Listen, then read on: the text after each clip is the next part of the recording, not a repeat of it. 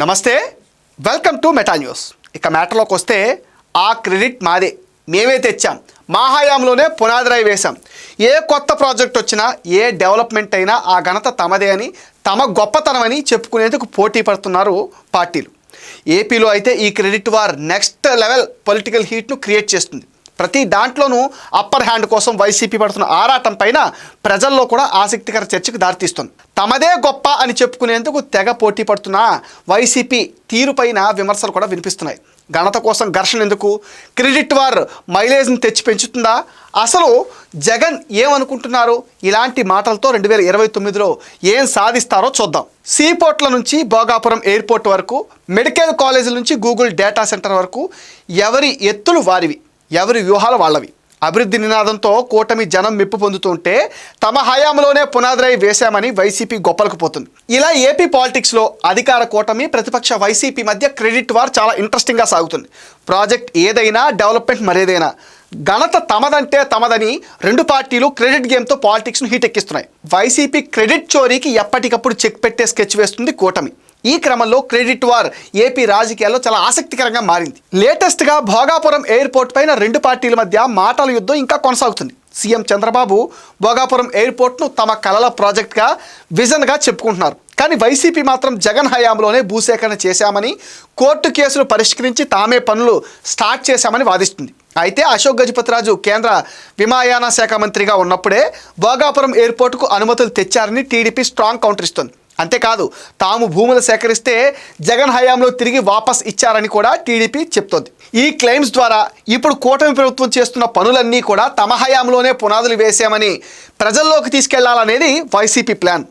Handri-Neeva project విషయంలో కూడా ఇలాంటి వాదనే వైసీపీ వినిపించింది. కూటమి ప్రభుత్వం ఈ ప్రాజెక్ట్ ద్వారా సీమకు నీరు అందిస్తుందని చెప్పుకుంటే వైసీపీ మాత్రం గత 5 ఏళ్లలో తాము చేసిన ఖర్చు వల్లే ఇది సాధ్యమైందని క్లెయిమ్ చేసే స్కెచ్ వేసింది. ఇక మెడికల్ కాలేజీల పీపీపీపీ విధానంపై గళమెత్తిన వైసీపీ ఆ ఇష్యూలో కూటమి సర్కార్ పైన పైచేయి సాధించేందుకు అన్ని స్కెచ్లు వేసింది. ఏకంగా 1 కోటి సంతకాల సేకరణ పేరుతో నిరసన తెలిపి పీపీపీపీకి ఇస్తే తాము అధికారంలోకి వచ్చాక కాంట్రాక్టర్లు జైలుకి అంటూ వార్నింగ్ ఇచ్చింది. పైగా జగన్ వార్నింగ్కు భయపడే ఒక్కటంటే ఒక్క కాలేజీకి కూడా టెండర్లు దాఖలు కాలేదంటూ వైసీపీ సోషల్ మీడియాలో హోరెత్తిచ్చింది. ఇక ఏపీకి భారీగా పెట్టుబడులు వస్తున్నాయని ప్రచారం చేసుకుంటుంది కూటమి సర్కార్.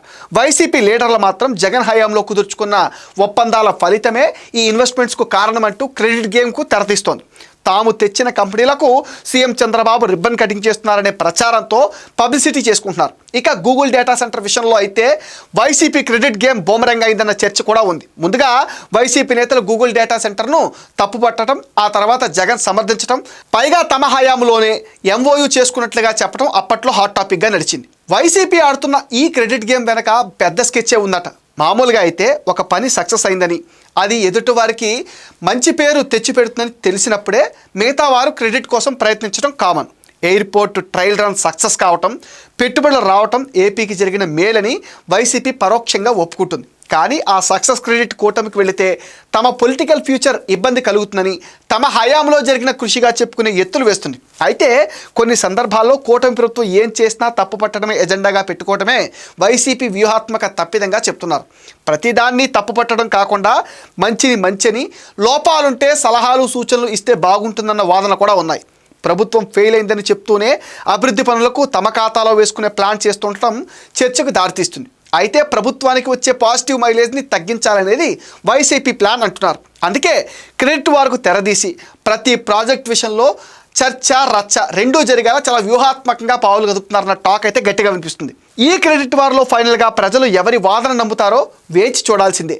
ఇది మెటా న్యూస్ అప్డేట్. ఈ వీడియో పైన మీ విలువైన ఒపీనియన్ని కామెంట్ సెక్షన్లో మెన్షన్ చేయండి. మీరిచ్చే కామెంట్స్తోనే మరిన్ని ఇంట్రెస్టింగ్ వీడియోస్ మీకు అందిస్తాం. Please support meta news. Please subscribe meta news.